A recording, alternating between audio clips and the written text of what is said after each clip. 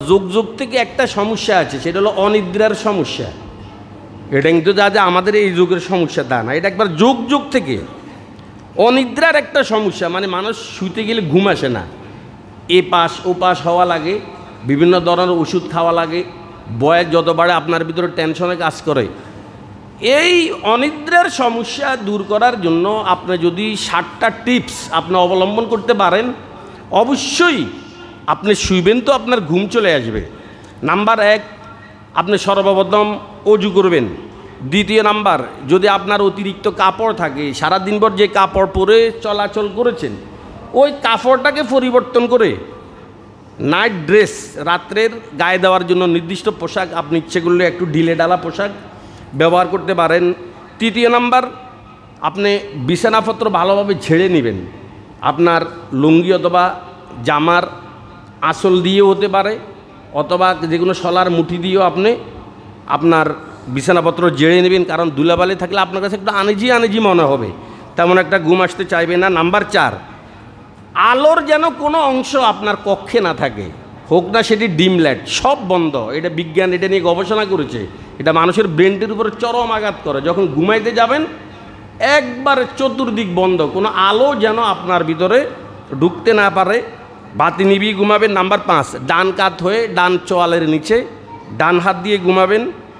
অভুক্ত পেটে কখনো ঘুমাবেন না, না খেয়ে কখনো ঘুমাবেন না। আমাদের দেশে দেখবেন অনেকে ডায়েট কন্ট্রোল করে, সম্পূর্ণ আন্দাজি, এটা সম্পূর্ণ আন্দাজি। কি জানেন, মানে সকালে উনি খায় না, এই নিজের পরামর্শ অনুযায়ী চলে। আর সকালে তুমি খাইলে না কেন? আমি একদিন এখানে বলেছি, সকালের খাবার হবে খুবই মজবুত খাবার। কেন হবে? যেহেতু আপনি 8 ঘন্টা 6 ঘন্টা ক্ষুধার্ত ছিলেন, রাতভর আপনি কিছু খেয়েছেন, ক্ষুধার্ত ছিলেন না, এই জন্য সকালের নাস্তা হবে খুবই মজবুত একটা নাস্তা। কিন্তু আমরা অনেকে ডায়েট কন্ট্রোল করে আন্দাজি, ও কিছু খায় না, রাত্রে আবার কিছু খায় না। আর খাও না কেন? রাত্রে না খাইলে তোমার বার্ধক্যতা খুব তাড়াতাড়ি আসবে, খুব তাড়াতাড়ি তুমি বুড়ো হয়ে যাবে যদি অভুক্ত পেটে তুমি ঘুমাও। আমাদের দেশীয় ভাষা কয় 1 সাঁড়িয়ার বল কমে যায়।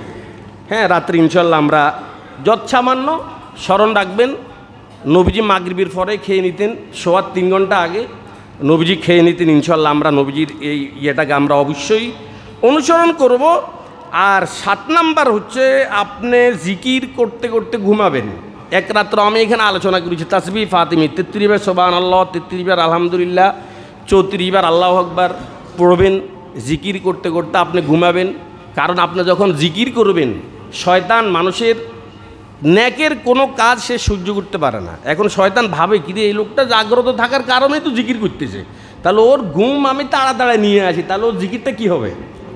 বন্ধ হয়ে যাবে। দেখবেন শয়তান আপনাকে ঘুম পাড়াবে, আপনার তাড়াতাড়ি ঘুম আসবে। আল্লাহ না করুন, এই জিকির করতে করতে যদি আপনার ঘুম চলে আসে, অনেক মানুষ ঘুমের ঘরে মৃত্যুবরণ করে। আপনার যদি মৃত্যু এসে যায়, এই সারা রাত না, মৃত্যু না, যদি জিকির করতে করতে আপনার ঘুম চলে আসে, সারা রাত জিকির করার সওয়াব আপনার আমলনামায় উঠতে থাকবে।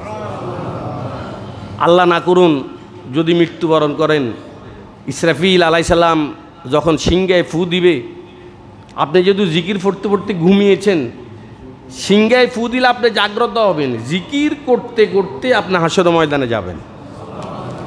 কি বলেন, এই আমলটা করা যাবে তো ইনশাল্লাহ?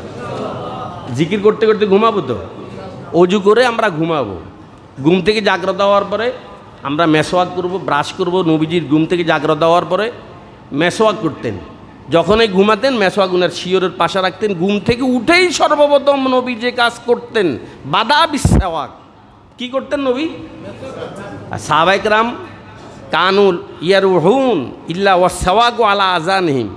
সাহাবায়ে কেরাম যখনই যেতেন, কাঠ মিস্ত্রিরা দেখবেন কানের উপরে একটা কাঠ পেন্সিল ছোঁয়ায় রাখে, আর সাহাবায়ে কেরাম রাখতেন কি?